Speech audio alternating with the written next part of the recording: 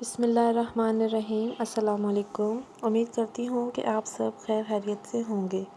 لکھنؤ بازار میں ایک غریب درزی کی دکان تھی جو ہر جنازے کے لیے دکان بند کرتے تھے۔ لوگوں نے کہا کہ اس سے آپ کا کاروبار کا نقصان ہوگا۔ کہنے لگا کہ علماء سے سنا ہے جو کسی مسلمان کے جنازے پر جاتا ہے کل اس کے جنازے پر لوگوں کا ہجوم ہوگا۔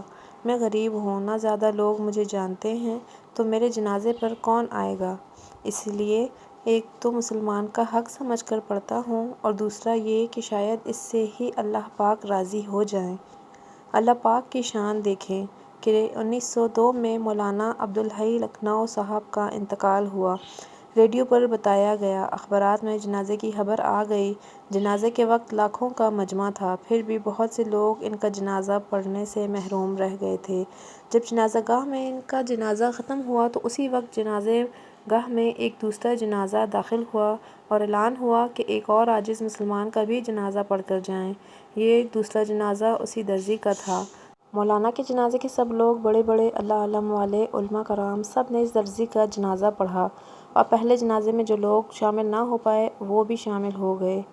اس غریب کا جنازہ تو مولانا کے جنازے سے بھی بڑھ کر نکلا۔ اللہ پاک نے ایک درزی کی بات پوری کر کے اس کی لاج رکھی۔ سچ کہا ہے کہ اخلاص بہت بڑی نعمت ہے۔